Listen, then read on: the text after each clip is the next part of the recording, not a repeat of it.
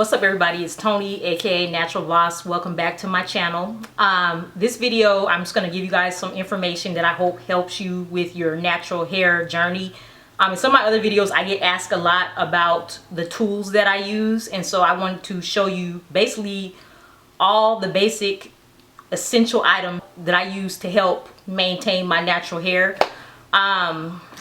So it's kind of going to be a long this, but I'm going to talk fast. So hopefully this video is not going to be too long.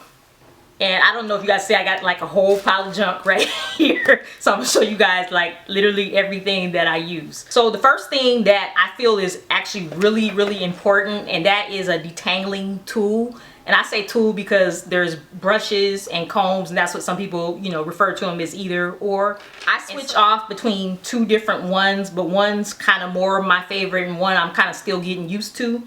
So my first favorite detangling tool is the Tangle Teezer brush. I like the one with the handle. There's the original one that's like you hold in your hand like that. I prefer the one with the handle. This is actually, I've been using this so much, the bristles are kind of bent a little bit, and I think I need to get another one. But this is, I just love this brush so much. When I use it, not a lot of hair comes out. It really helps me to tangle really fast, and I highly recommend this one. Also, I have a video on it that's like over a year old, though if you want to go back and refer to it. I really love this brush right here. I think it's one of the best inventions that came out. Instead of just not some silly gimmick or whatever, this actually really works. My other detangling tool that I'm still kind of getting used to is the Easy, look, I got hair in it. I actually have hair in it. My Easy Detangler. I just bought this like maybe a couple months ago, and I've been using it kind of lately. You might see me using it in my videos.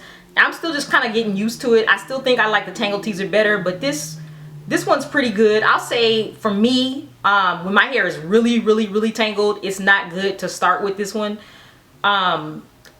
But the other thing, on the other hand, these bristles are longer, and so you can do bigger pieces of hair, but the Tangle Teezer to me still is better, and it's just softer gliding through my hair and everything. So I really prefer that one, but this one's a close second.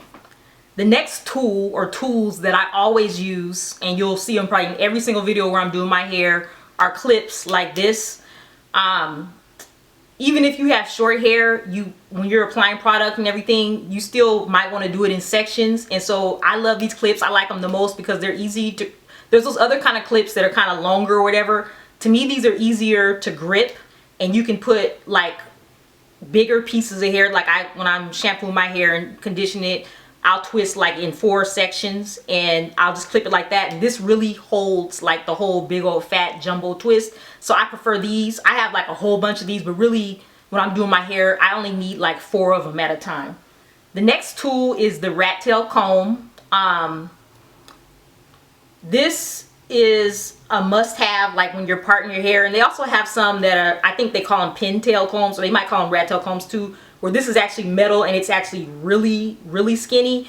This one works fine for me. Whenever you want to do like some precision parting, this is a must-have, because trying to do it with this piece is just, it's hard to do in my opinion. So I prefer to part with this. Now let me tell you, this is the only thing I use this for. I do not comb my hair with that part ever.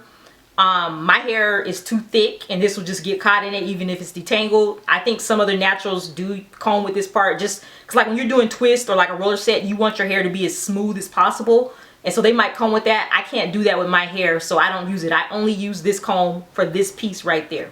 The next, this is kind of optional, and I use this every now and then, but I've had this probably for like my whole natural hair journey, and that is a wide tooth comb. I used to detangle with this a long time ago. I don't anymore. I think the brushes like the Tangle Teezer are better, but sometimes you just, when you're like applying product, you may not want to brush it, and you may just want to comb your hair through. Or this, for some people, this might work better for detangling. So if you want a wide tooth comb, this is a kind that I recommend, just because of literally how wide the teeth are and the spaces in between. This doesn't take your hair out or anything like that, and this is even still better than the Denman in my opinion. The next tool is pretty basic. I think everybody knows, but I just want to add a little bit more to it, and that is a plastic cap. Now some people will just use like a grocery bag or something, but in some places they don't even give grocery bags anymore. You got to pay for whatever, so that's not like easily accessible. My plastic cap is a little bit different than what you probably see most of the time. As you can see, it's very long. It's almost like a trash bag kind of. And that's because all my hair, if I just use one of those regular plastic caps, all my hair doesn't fit in, or some's hanging out, or it just comes right here, or my kitchen's not covered, or whatever the case may be. So I need this big, either I need a grocery bag, which I don't have anymore, or I need this. This covers my whole hair. If I have my hair in twists and I don't put the clips on it, and my twists are just, you know, like long down to here, this will cover all of my hair. And so this is a must for me, because whenever I put conditioner in my hair, I never just put it in and let it set, or let it sit on there for 3 minutes. I always either let it sit there for like 15 or more minutes, or I get under the dryer for 15 or more minutes. And I always have to do this. I do this every time I have a wash day. I use a plastic cap. If you have a lot of hair, long hair, I recommend, and you don't have access to grocery bags, I recommend this kind. The next thing also is kind of basic, but kind of not basic, and that is a t-shirt. And this is a t-shirt. You'll see in a lot of my videos, when after I've rinsed my hair or whatever, I'll come with a t-shirt wrapped around my head. That's because I use a t-shirt as a towel. T-shirts are better. So towels kind of rough your hair up a little bit. So let's say you're doing a wash and go and you want your curls defined. Let's say you're like most people, it's really hard to get your curls defined. If you're wiping your hair with a towel and rubbing it with a towel, your curls are gonna get more messed up. If you really want to keep your curls as absolutely popping, I guess that's how you say it, as you want them to be, I highly recommend using a t-shirt instead to dry your hair with instead of a towel, because it will keep your curls more clumped together and more defined. It also, I mean, it dries your hair just as good as a towel. In my opinion, don't use one of your good t-shirts or a name brand t-shirt or whatever. Just find an old t-shirt that you're not wearing anymore. This is just an old dingy t-shirt. That's all I use it for, is for my hair.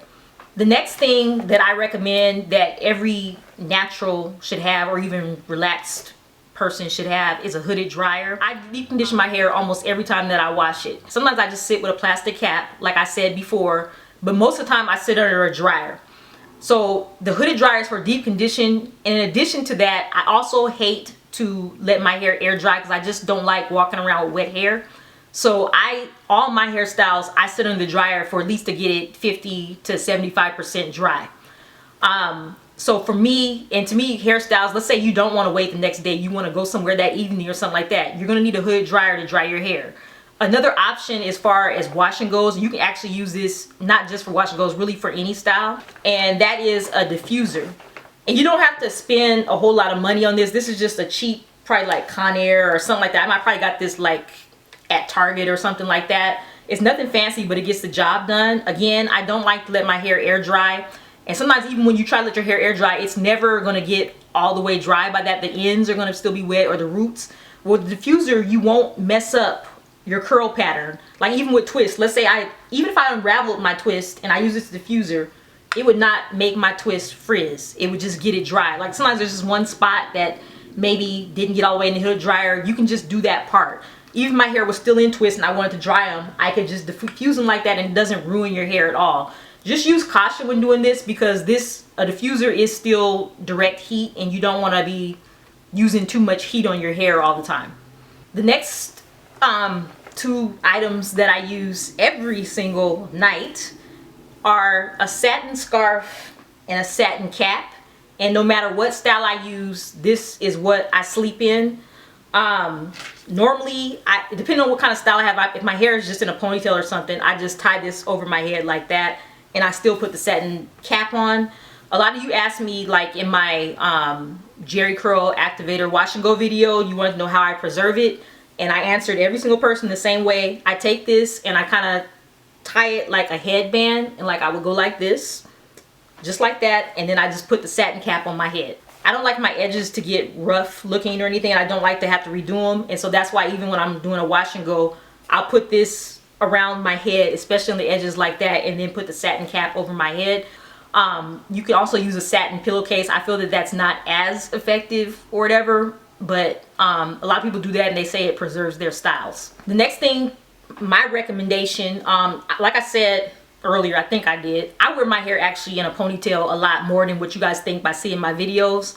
But I'll do like a twist out ponytail or a wash and go ponytail, so that all these twists weren't done in vain or anything like that. But what I highly recommend, a ponytail actually is one of the ways that breaks a lot of people's hair off, believe it or not. And the reason is because they'll put a tight rubber band on it or something. They'll rip it off when they're taking it off, and hair is just all in the rubber band or the whatever kind of tie that they're using on their hair. I recommend, I know this is kind of old school, but I think maybe these might have came back in style or something. I don't know. This is a satin scrunchie.